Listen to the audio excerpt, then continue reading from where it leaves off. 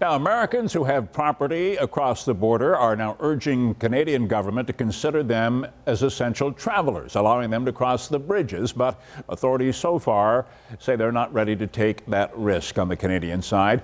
And then one local lawmaker says that the border will likely remain closed until this country does more to try and stop the spread of COVID-19. We get more now from 7 Eyewitness News reporter Taylor Epps.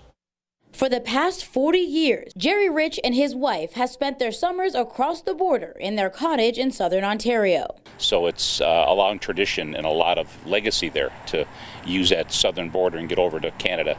And that's gone. It's absent. The border has been closed for more than 100 days now. Rich says it's been a hassle to maintain the property with no access. So he's been watching closely to find out when he can get back to his summer home. The goalpost keeps on moving in the wrong direction, unfortunately. So the ban on non-essential travel was supposed to end next week, but it's been extended for another month. We have tried every way to get more people to be able to cross that border. But as long as the United States COVID-19 cases are increasing every day, you can see why Canadians don't want Americans on their land. According to Congressman Brian Higgins, the number of cases was 21 times higher in the U.S. than in Canada last week. Nothing's going to change 30 days from now until those numbers in the United States begin to trend down. Rich is asking the Canadian government to make an exception for homeowners. Because we could follow the CDC guidelines very easily, and that is we could self-quarantine because obviously we have a place to stay.